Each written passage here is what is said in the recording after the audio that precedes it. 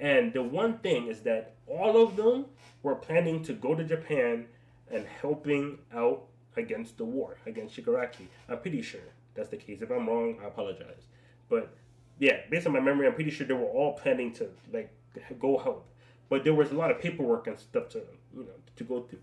So they have to sign the paperwork and then they can go. But at the end of the day, they were all planning after the paperwork and stuff was done. They were all planning to pull up and help, which will be so needed because we need as much help as we can get.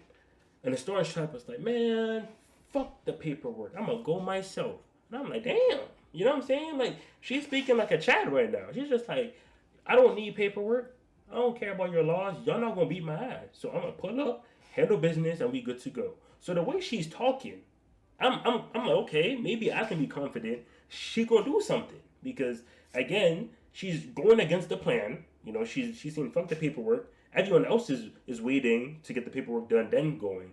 But she wants to go by herself instead of going with help with everyone else going by herself. I'm just all right. She talking cash right now, cash money.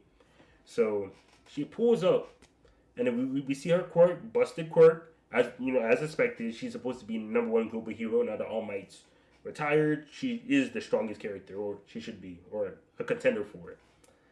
And then, man, she gets baked, bro. Like, it's so weird because even in the fight, you're doing well. Like, I remember she was nuking Shigaraki, and she's just like, if this firepower would work, Endeavor would have been able to beat him. I'm like, Endeavor's firepower is not at the level of nukes, bro. What are you saying? And then even in the backstory, they try to do some like feminist, like, oh, I'm a girl, so I can't be strong. Oh, like some weird comment and stuff like that. I was like, huh, okay. And then yeah, she just kind of gets bait. And then after she gets destroyed, they did try to steal her quirk, but she just like, no, my dying in my dying breath, like she like did something to her quirk. So if you try to steal it, it kind of like fucks you up. So it's fucking up Shigaraki, but he ended up recovering from it regardless. And then now he's terrorizing the UA people without really getting nerfed. You know what I'm saying? Like again, I'm not caught up, but from what I know, Shigaraki's still as strong as he always been. And even if he got weaker, it's really not to a point where it matters. Like he's still fucking strong.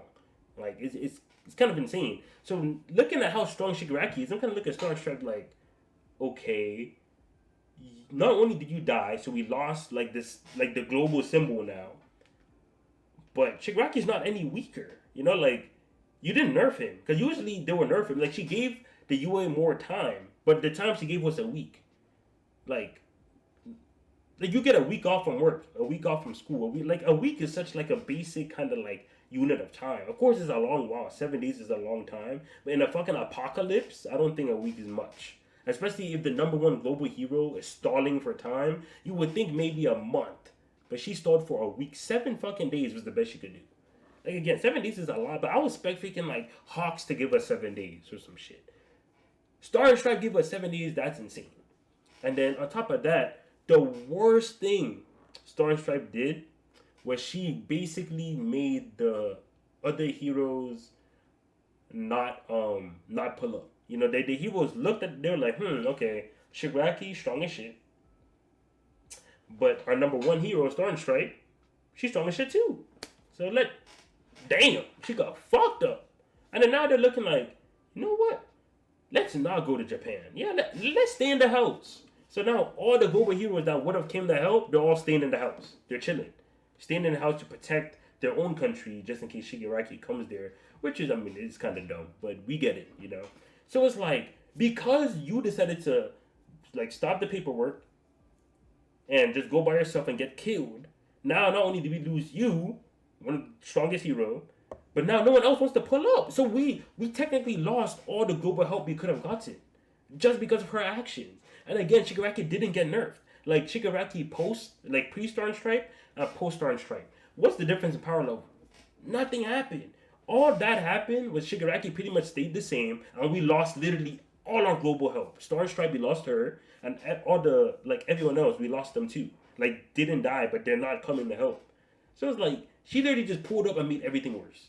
And on top of that, Hori could have at least kind of saved it by making Star Stripe pretty much the gateway to global heroes. Like first he introduced Star and Stripe, make her like the face of global heroes. Then through Star and Stripe, we now branch off to like other global heroes. But nah, he just said, "Well, I gave y'all Star and Stripe. Y'all should be happy. I'm keeping it moving." I'm just like, damn.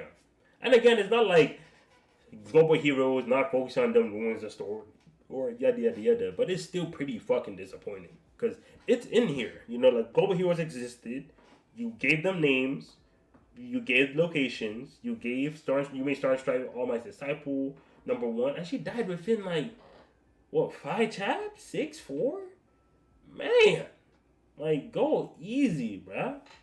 It's insane, man. It's insane. But yeah, that's what I'm saying. Like, if y'all think people hate on Star and Stripe just because Star and Stripe is, y'all hate women, man. Stop hating Star and Stripe. It's like, bro, that's not the case. She really didn't do anything. And again, that's still like the flashiest fight. Yeah, it's just top 3. Like, her power is cool as fuck. Even some of her bars were kind of nice. Yeah, like 1 or 2 of them, pretty nice. But again, I was really disappointed, of course, at how she went out. I didn't think she needed to die. But yeah, EK, we slandering right now. Like we talking about how Star and Stripe hate is very well deserved. But yeah, because like the main thing I was basically saying is that not only did Shiggy not get nerfed, you know, like pre Star and Stripe and post Star and Stripe, Shiggy pretty much stayed the same power level wise. And then I mean honestly, with the experience he got from Star and Stripe, he's mentally a bit smarter. And on top of that, not only did she die, so we lost the #1 global hero, which is a crazy big hit on her firepower, but all the other global heroes, they didn't want to come help because of what happened to Star and Stripe. So if she never pulled up, if she just stayed behind, got the paperwork done, and pulled up with everyone else, we would have had a full fucking all-star team to help. But she caused all of that to disappear, and then Shiggy didn't even get weaker. So I'm thinking, like, what is she here to do? You know, like, what was her purpose? Was it just to have, like, a showcase that, hey, guys, global heroes exist, and then that was it? Because, like, you might as well just not even write her in the story if that was the case. We didn't need any of that. So, very disappointing. And I know people out there like, oh, y'all just hate Hori, man. Oh, my God, y'all haters. Nah, man, it's not really hate, bro. It's, again, she just didn't do it. I'm thinking, Hori's Rushner, bro, it is what it is. Yeah, that's probably it. Because I feel like he just got reminded that, like, oh shit, global heroes, fuck, and then just got to writing that nonsense like that. That's the only kind of idea I have in my head. Because there's just no way he was name dropping Egyptian heroes, French heroes. I was like, damn, we gonna see these guys, especially since a lot of the Japanese heroes were out of commission. So it's a good idea to slide these guys in here instead. And just because because Japan's hero is supposed to be like the peak. So you don't have to make the other heroes be too strong. They just have to be pretty cool. Like the best French hero could still be as strong as Gang Orca or something. That's fine, But we gotta see nothing. He says monthly royalty check. I was like, why am I still working hard? Let me just end this. Bro, he's here for the cash, bro. Yeah, I mean, it's what it is. But yeah, a lot of people think the hate is unjustified, but I think it's pretty justified. Honestly, I think that was the shift, because I feel like that arc made people realize that Hori might not be the chosen one. Because I feel like a lot of people were kind of holding back, and this is normal. You should hold back, but they were kind of holding back on like fraud allegations and shit like that. But I noticed that a lot of the hardcore stands, right, like hardcore, after that arc, they were kind of like, like, I don't know about Hori, bro. He not really hitting like he used to. Cause like even in this, cause like that arc led to like this final arc, and yeah, people. I mean, there's some good moments. I still didn't catch up, but I heard people really like the Dappy moment. But the Toga one I found kind of goofy.